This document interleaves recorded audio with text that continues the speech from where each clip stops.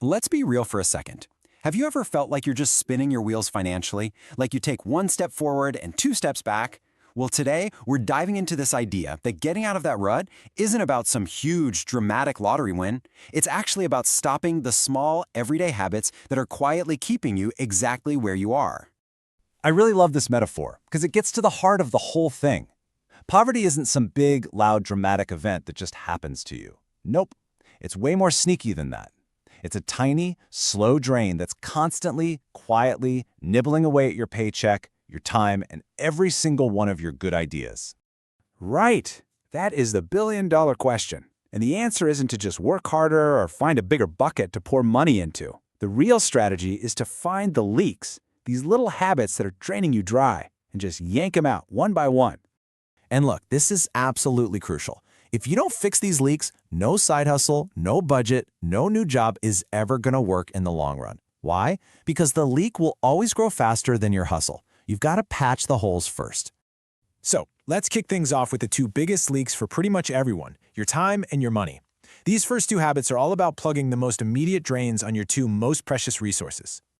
First up, the big one, that endless doom scroll. I mean, that little glowing rectangle in your hand, it steals more of your potential wealth than any scammer ever could. It just swallows your hours whole and then sells them back to you in the form of ads. The fix isn't some crazy digital detox, it's way simpler. Just a little rule. Do one task, one single thing that moves your income goal forward before you open any social media. Trust me, the momentum you build from that feels way better than any cheap dopamine hit from a like. And if you think it's not a big deal, think about this. If you're on your phone for, say, 3 hours a day, which is pretty average, that adds up. It adds up to 90 hours a month. And what can you do with 90 hours? Well, that's enough time to actually learn a real income-generating skill. You could master the basics of coding, you could build and record an online course, you could easily land a few freelance gigs. And what are you trading all that potential for right now? Seriously, what? Okay, drain number 2, the payday splurge. You know what I'm talking about. Advertisers are smart. They know exactly when you get paid. And suddenly your inbox is flooded with flash sales, all whispering, "Go on, you deserve it." The fix? You have to reroute that thrill. Set it up so a piece of your paycheck disappears into a separate savings account automatically the second it hits, before you can even think about it. I promise you, the joy of watching that savings number tick up will feel so much better than the temporary buzz of opening another package.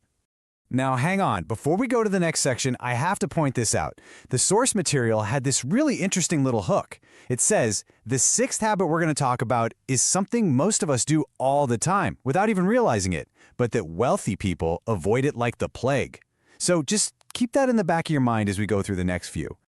All right, let's shift gears. This next section is less about what you do and more about how you think. We're talking about the internal leaks, and honestly, these are usually the hardest ones to spot. So habit number 3 to break is playing what I call the victim soundtrack. Blaming the boss, blaming the economy, blaming the algorithm. It feels kind of good for a minute, but all it does is freeze you in place. The fix is something called radical ownership. So after a setback, you run a little post-mortem on yourself, and you just ask, okay, what part of this whole mess was actually under my control? Blame gives away your power, ownership buys it back. The fourth habit, waiting around for motivation to strike like lightning. Here's a little secret most people don't get. Inspiration shows up sweaty after you start working, not before. So the fix is to set tiny, almost laughably small quotas.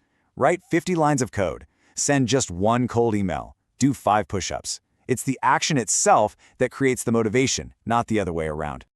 And here we are, habit number 5. Remember the one I said rich people avoid? This is it. It's staying in your comfort circle. See, every group of friends or colleagues has this kind of invisible salary ceiling, and if all the conversations you have are about how tough things are and how nobody can get ahead, well, guess what? That becomes your reality.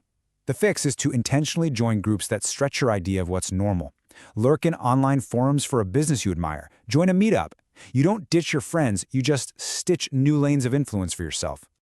Okay, for our final section, let's get super practical with the financial structures. These are the habits that take you from just patching leaks to actually building a machine that creates wealth. All right, the sixth habit to break is selling your time by the hour. Here's the thing, money loves outcomes, not minutes. Think about a barber. If they charge for a perfect haircut, not for 20 minutes in a chair, they can double their income just by getting faster and better. The fix is to start pricing your work based on the value you deliver, not the time it takes you to do it. Number 7 is a big one, ignoring high-interest debt.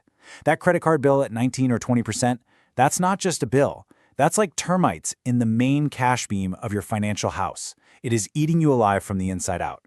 The fix is to treat it like a 5-alarm fire. Attack it. And from now on, you only borrow money when that loan is a lever, not a leash, meaning it's going to make you more money than it costs you. And finally, the 8th habit, relying on a single paycheck. That's like trying to climb a really tall, really rickety ladder with only one side. If that one support snaps, the fall is fast and it is hard. The fix is to build redundancy. You take your main talent, your core skill, and you build multiple streams of income around it. Poverty absolutely hates multipliers, and you know what freedom loves? Options. So, we've just talked about patching 8 different leaks. But here's where it gets really interesting. These fixes, they don't just work on their own. They actually lock together, and they create this powerful, self-reinforcing cycle. Let's just walk through it. The time you save from mindlessly scrolling, you pour that into sharpening a skill. That skill lets you raise your prices, so your income goes up. The extra cash you're making, you use it to crush your high-interest debt. And the money that's now freed up from those debt payments, you use that to start a little side business. And then the whole cycle starts over, but this time it spins even faster. That's the flywheel effect. And look, this isn't just some nice theory. This slide lays out a super tangible timeline. In month 1, yeah, the changes are tiny. But by month 6, you're hosting a paid webinar in the time you used to waste scrolling Instagram. A year in, the flywheel is really humming. Your side gig covers the groceries, your savings look healthy, and that constant low-level financial anxiety starts to fade. So here's the bottom line. This whole transformation, it is not magic. There is no single heroic moment, no one big break. It is just the sum of all these quiet, consistent, smart moves. It's compound momentum. Think about it like pushing a giant, heavy wheel. That first push is the absolute hardest. It takes all your effort, and honestly, that's where most people quit. But if you keep pushing, the second spin is a little easier, and the third is easier than that. The magic of the flywheel is that once it gets going, it builds on its own momentum until it feels almost unstoppable. And that really brings us to the end. That flywheel won't start itself. It needs you to give it that first difficult push. So the question I want to leave you with is a simple one. Looking at your own life, which leak is the loudest? What's the one thing you can decide to patch starting tonight?